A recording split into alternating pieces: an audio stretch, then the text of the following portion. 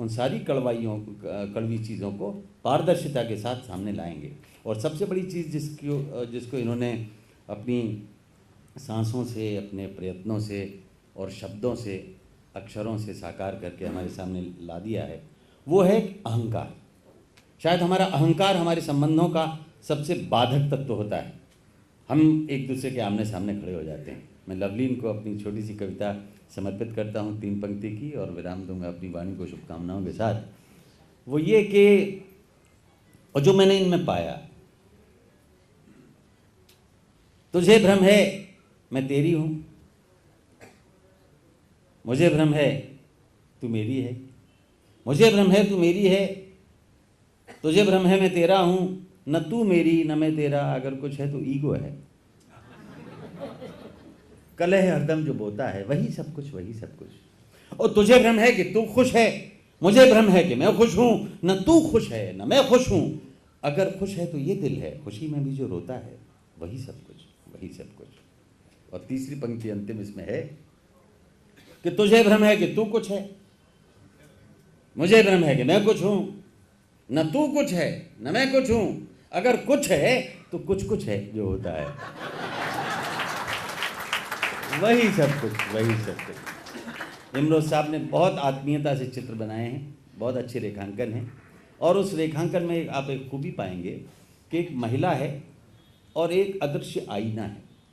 वो आईना किसी चौखटे में नहीं है, वो आईना बंधनहीन है, और एक स्त्री की छवि स्वयं को कैसी दिखाई देती है और स्त्री की छवि उस स्त्री को कैसे देखती है, ये रेखांकन है। और ख़ासकर ये आवरण पृष्ठ का रेखांकन, एक महिला अपनी परछाई से मुक्ति पाने के लिए दीवार से हाथ सटाकर खड़ी है कि मुझे ये मेरी परछाई न दिखाई दे, मेरी परछाई मुझसे भाग जाए। मुझे खुशी है कि बहुत सारी परछाइयाँ, अतीत की परछाइयाँ लवलीन ने भगा दी, परछाइयाँ लवलीन से डर गईं और वे अपने आकार में हमारे सामने प्रस्तुत हैं। बहुत बहुत शुक्रिया।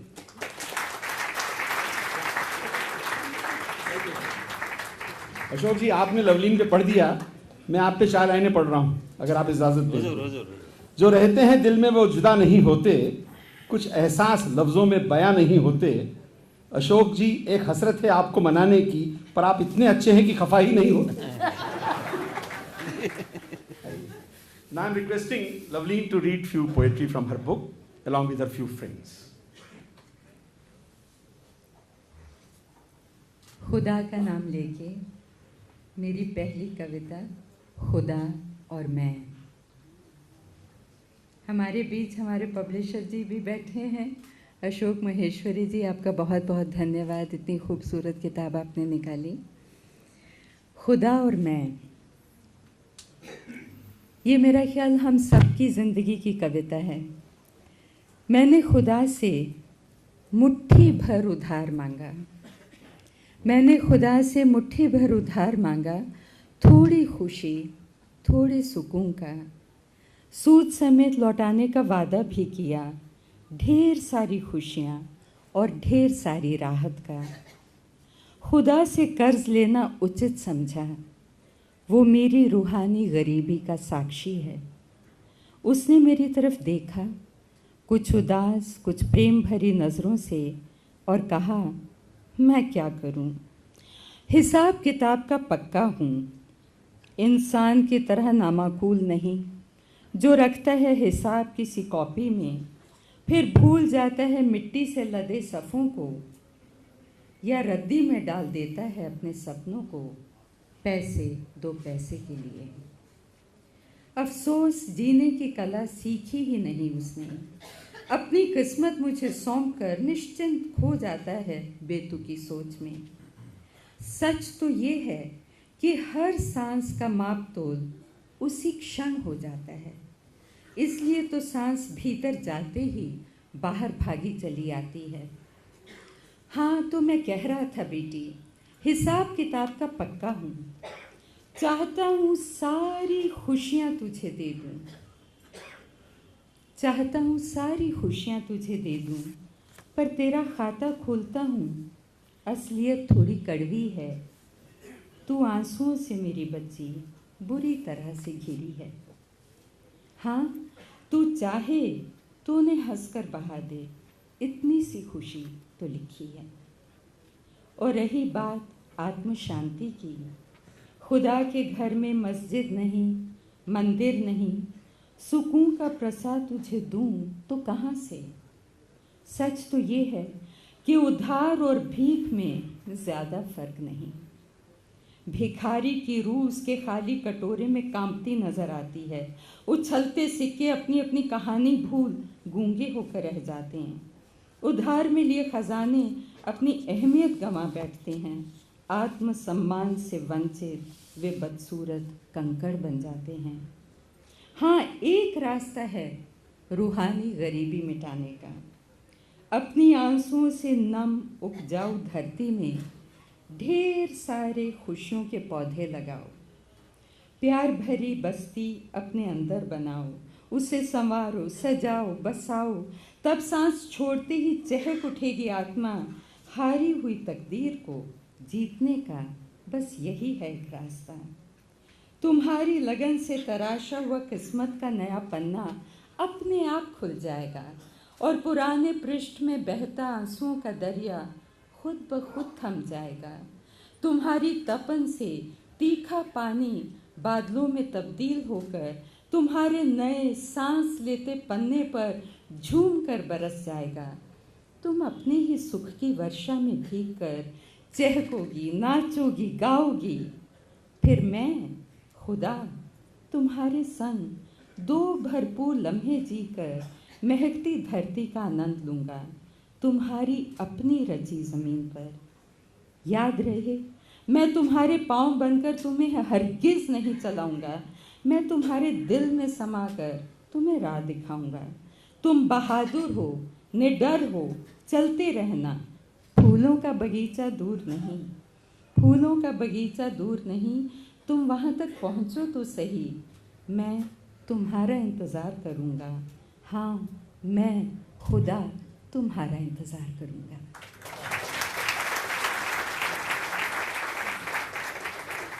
I would request my friend Dr. Kavita Sharma to come and read one poem with me, please. Dr. Kavita Sharma.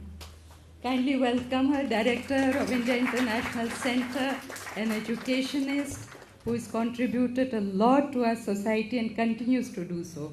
It's a privilege to read a poem with her.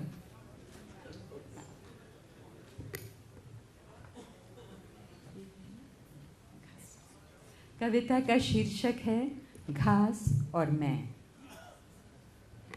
मैंने पानी के नीचे छिपी घास से पूछा, ये क्या, तुम पानी की चादर के नीचे क्या कर रही हो? बाहर क्यों नहीं आती? अपना प्यारा सा मुखड़ा क्यों नहीं दिखाती? मैं घास अपनी सखा से कहती हूँ, बाहर आऊँगी तो सूरज मुझे तपाएगा। इंसान अपने जूतों की चाबुक मुझ पर चलाएगा। दुनिया भर के कीड़े मुझे काट काट कर खाएंगे। आंधियों के तेज झोंके मुझे सताएंगे। मेरे मुलायम मुखड़े को लू के थपेड़े झुलसाएंगे। गरीबों के दर्द भरे किस्से मुझे रुलाएंगे। मैं पानी की चादर के नीचे बिल्कुल महफूज हूँ। पानी देख महंगे जूते कोई और रास्ता पकड़ लेते हैं। सूरज की तपती किरणें नीर से टकराकर वापस लौट जाती हैं। मैं सलामत हूँ, एक लाडली बेटी की तरह जिसे पिता के कवच का सहारा है। सोचती हूँ प्रिय घास, क्या एक औरत को बिना सहारे के हमेशा रौंदा जाएगा? सदा मजबूत कंधों की तलाश रहेगी? क्या औरत को हमेशा चादर की ज़रूरत महसूस होगी? पिता, पति, भाई, बेटा, क्या इनके बिना औरत हमेशा कुचली जाएगी?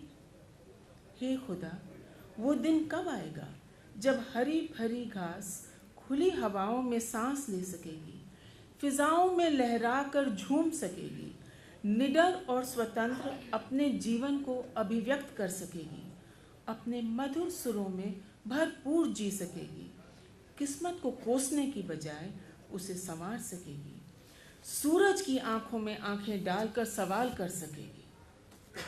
पता नहीं कब समाज औरत को वो स्थान देगा जब औरत सर उठाकर ये कह सकेगी, मैं औरत हूँ, मैं स्वतंत्र हूँ, मैं खुश हूँ, मेरा भी अस्तित्व है, पहचान है और मुझे भी भरपूर जीने का अधिकार है। आखिर कब वो दिन आएगा जब जग औरत के गुण गाएगा। हे समाज के रखवालों, तुम बेशक औरत को इज्जत की जिंदगी ना दो, यह अधिकार वो हासिल कर ही लेगी। जो बगावत पर उतर आई अगर औरत, तो अपना हक छीन कर ही रहेगी और तुम चकित देखते रह जाओगे। सांस लेने का हक सबको बराबर मिला है। जब खुदा की यही मर्जी है तो तुम रोकने वाले होते हो कौन? जरा सोचो, अपनी आत्मा को झकझोरो, उसे जगाओ। और तुझे कोमल घास, पानी की चादर के नीचे से बाहर आना ही होगा, अपने को गलने से बचाना ही होगा, जिंदगी का सामना करना ही होगा, पूरी हिम्मत के साथ, बेशक अकेले। देखते ही देखते घास ने पानी के ऊपर से अपना नाजुक सिर उठाकर उम्मीद भरी नजरों से मेरी ओर देखा। उसकी चमचमाती आंखों में एक नया उत्साह था। मैं समझ गई, औरत कहीं ना कहीं जाग ही गई। थैंक यू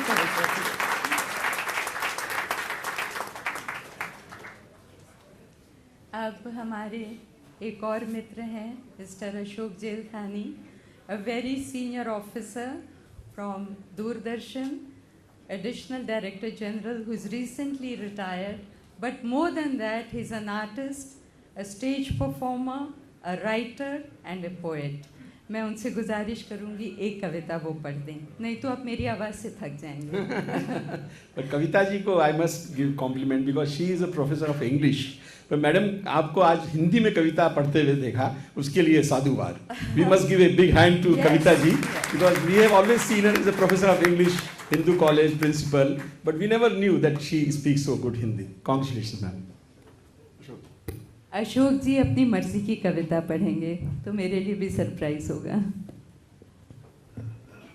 अभी जो चंद एक कविताएं आपने सुनी, जो कविता मैं पढ़ने जा रहा हूँ उसका रंग और मिजाज कुछ अलग है। कविता का शीर्षक है बादल की जिंदगी। कहाँ जा रहा है ये बादल, किसकी खोज में भटकता है। कभी तो चीख चीख कर अपने दर्द को बयां करता है और कभी बिजली के छुरे अपने सीने पर चला गरज गरज कर ऐलान करता है कि जिंदगी का अस्तित्व मिट जाने में है और प्यारी धरती में समा जाने में है। जब आशाएं काली पड़ जाती हैं, बेबस होकर बरस पड़ता है, एकाएक फिर उग जाता है। आसमान के बगीचे में उज्जवल बर्फीले रंगों में सजा धीमी धीमी रफ्तार लिए, दिल में छुपाए उम्मीद के दिए, नन्हा मासूम श्वेत बादल, फिर वही खोज चोटी से चोटी तक, फिर कभी भागेगा कभी थम जाएगा वक्त। उगते सूरज के साथ जिंदगी की धड़कन के पास जीने को बेताब रचता है उल्फत का साज।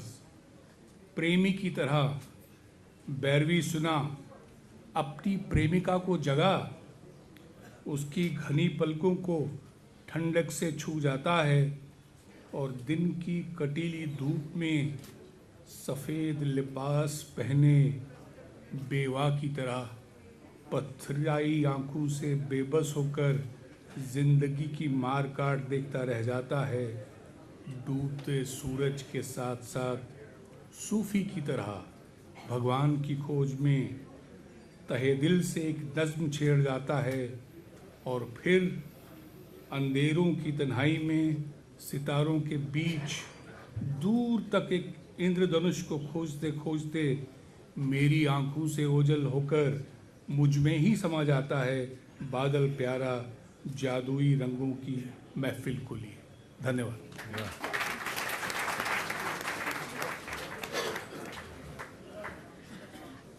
यहाँ पे एक हमारे पास पोएम है, रायना जी वापस आ जाओ।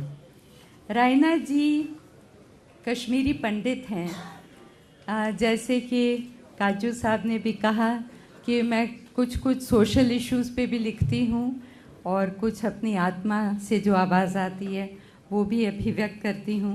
आपको ये कविता मैं उम्मीद करती हूँ अच्छी लगेगी।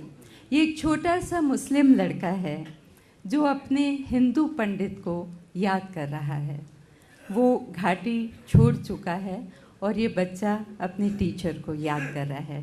टीचर मास्टर जी का नाम है रायना। कौल साहब और जितने यहाँ पे कश्मीरी पंडित हैं उनके लिए ख़ास तौर पे ये पोएम है। रायना जी वापस आ जाओ।